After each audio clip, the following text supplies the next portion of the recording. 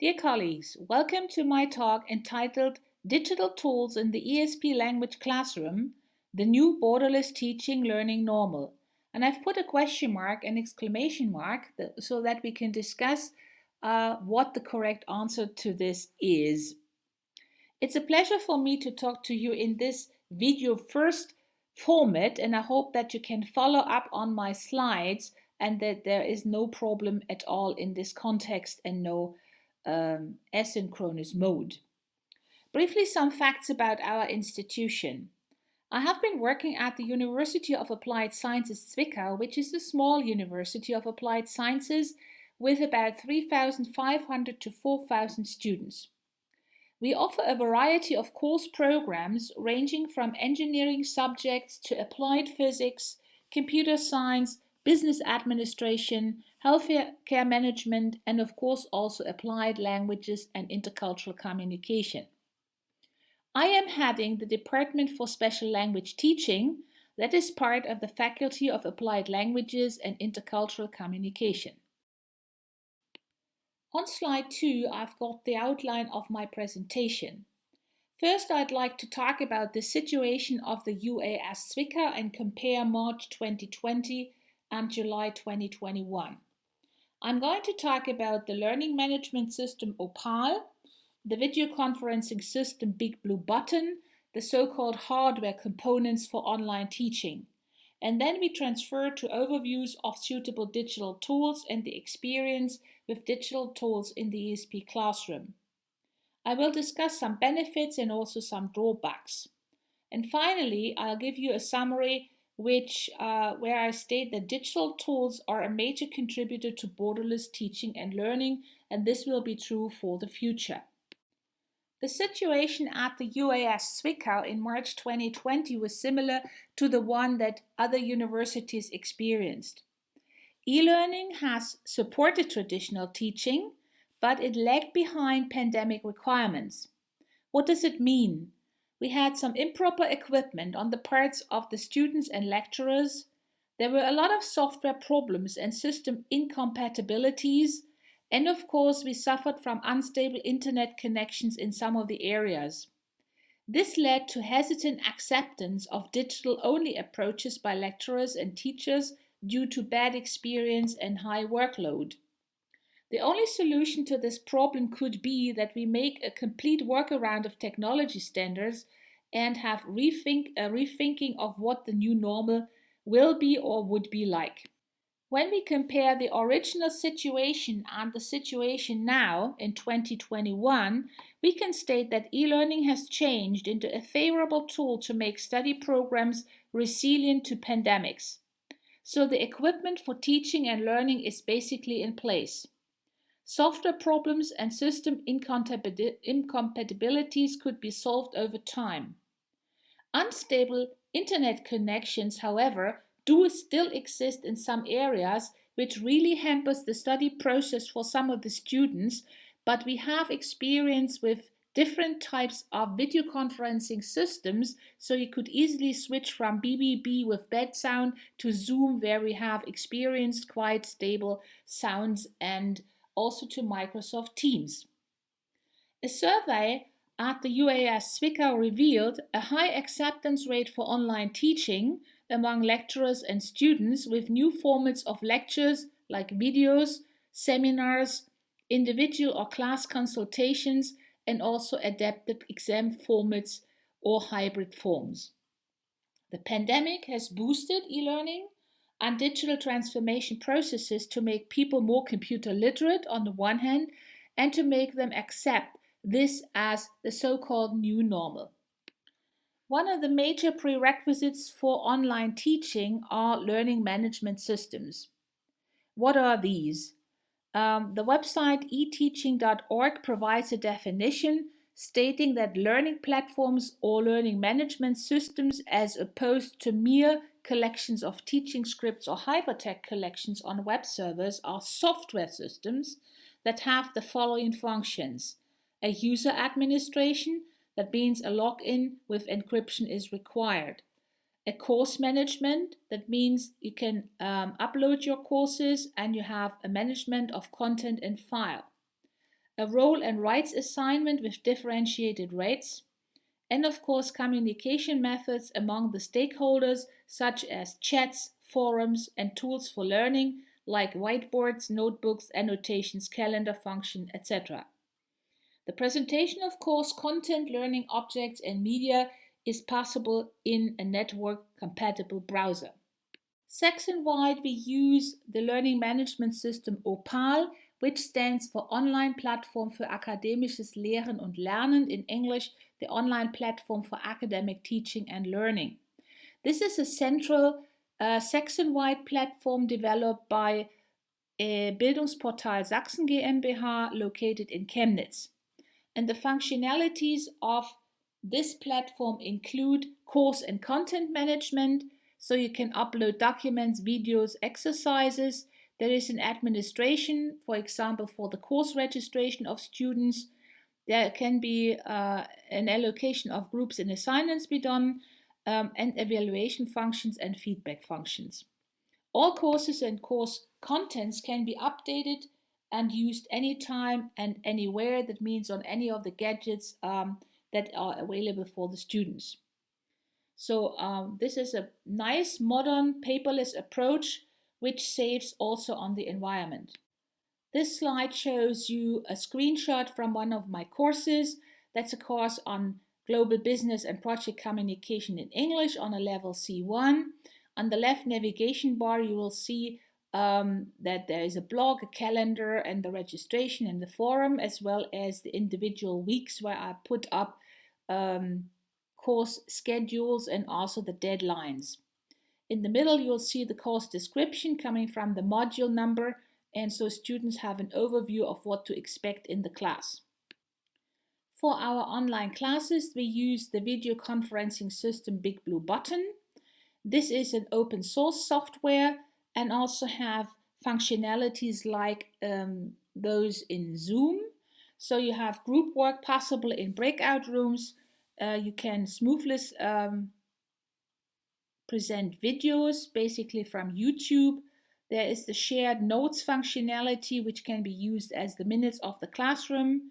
There are class polls on various questions possible, and there's also a whiteboard functionality as well as a presentation options for the students, and you can assign roles of moderator or active participants in that. And over time, students also got used to the video and the microphone use in the classrooms. The benefit of the system are that there is a one point of access to all the classes. And of course, I organized a chatterbox room for individual meetings of students because they couldn't meet in person. Therefore, they had the chance to meet online. And there are some drawbacks. Actually, we experienced a number of sound and video problems at the very beginning, but over time this relieved, and so now we think that it is a quite nice tool which is going to be used again in the next semester. On slide 9, we try to consider some digital tools in the language classroom. And the first PDF, what I found was the one of Isabel Richter, a teacher from Göttingen, issued in the paper issued in April 2020, which is on 24 digital tools in the language classroom. And here she provides a very short and neat introduction and overview into the available tools like Quizlet or Padlet or Kahoot and many others, so 24 overall.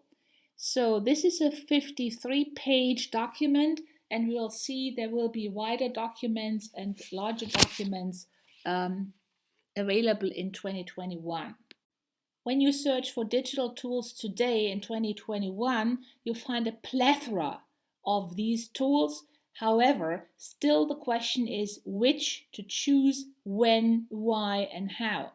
I just want to draw your attention to 4 types of platforms or overviews. The first one is Fundgrube Unterricht, where you find a digital toolkit for all sorts of tools. The second is Hamburger Bildungsserver, which gives you quite comprehensive explanation of individual tools. And of course, I want to draw you to Padlets, and the Padlets functionality is that you can also post and add more tools that you personally have experience with. And it's nice to underline that these tools could also be used using QR codes so that there is an easy access using your smartphone when you simply have put it onto the QR code.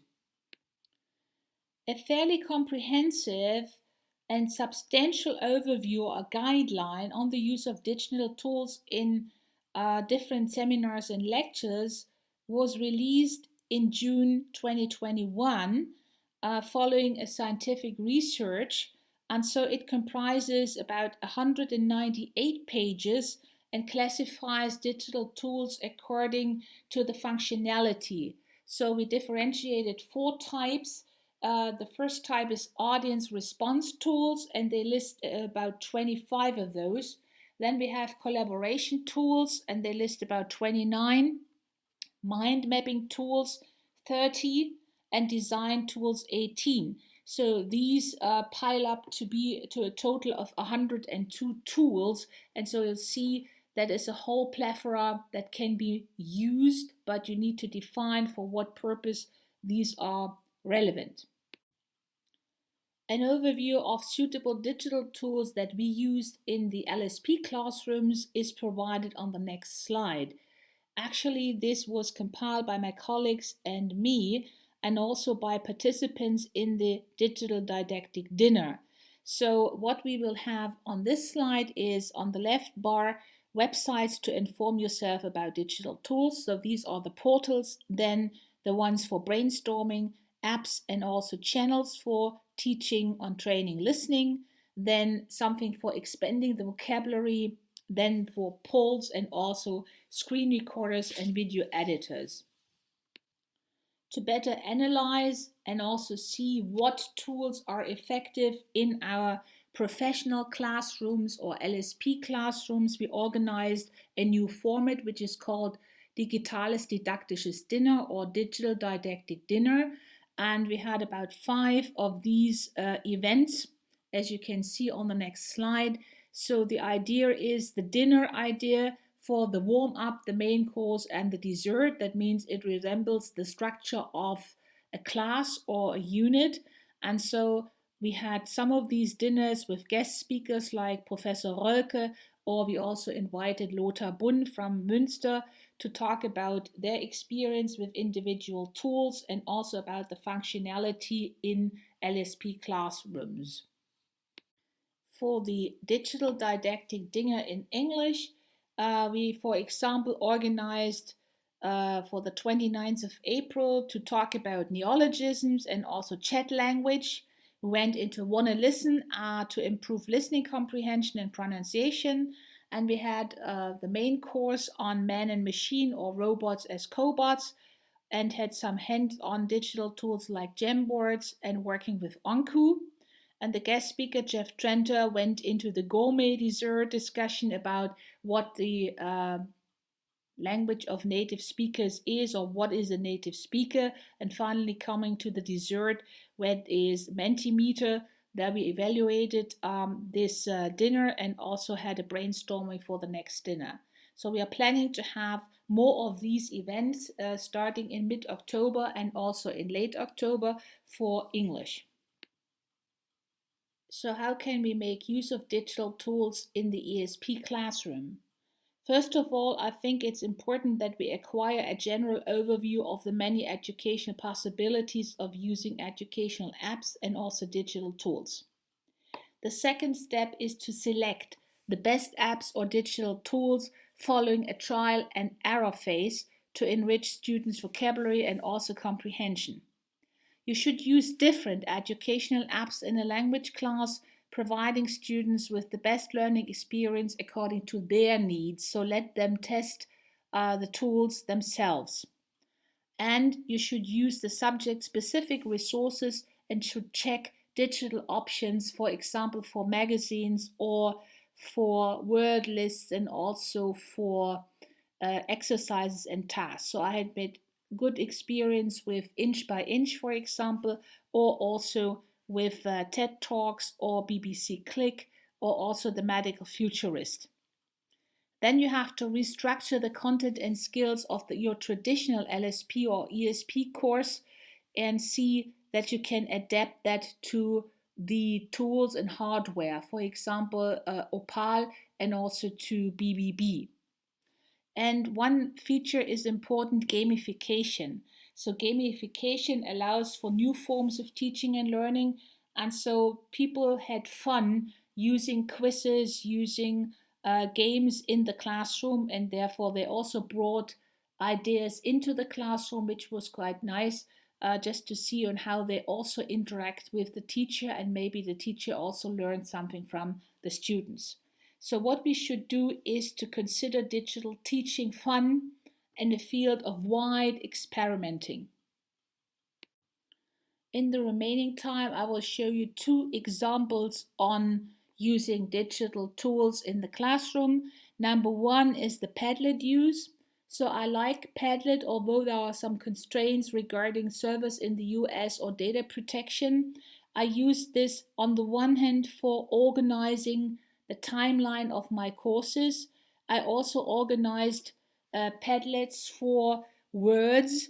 I also organized this, for example, for a 30-day challenge on pronunciation, or a 30-day challenge on collecting terms and words and phrases for business German. And also we have a class that teaches German to train drivers from Serbia, and we could also organize the structure for this. I had a class on lecturing in English, and then I put all the material that I used on the Padlet, and everybody could interact using posting functionality, which was really, really nice. So the benefits of Padlet can be summarized as follows. It's a digital board for different purposes. It is fast available anytime and anywhere. You simply need to communicate the link. It can be used to differentiate tasks for heterogeneous groups and courses. So I also split a group into various groups, and every group had a specific task, and they had to collect all the information and put this onto the Padlet. It was very interactive, and you can also have immediate feedback on content and also the quality of the teaching unit, and it is user-friendly and easy. However, we have some problems with data protection and maybe also with licensing, and so also because it is cost intensive in a specific way, they charge you about 8 to 10 euros a month for using Padlet. The second type of tool I often used in my classes is whiteboard functionality in form of Yopad or Etherpad. So you can use this for collaborative writing, which is often hard in the ordinary or traditional classroom. The best opportunity is to see the text, and also everybody can share their revisions of the text and propose improvements. And so we have also presentations of results of essays, and students were very fond of that. They had a corrected version of their text after the class.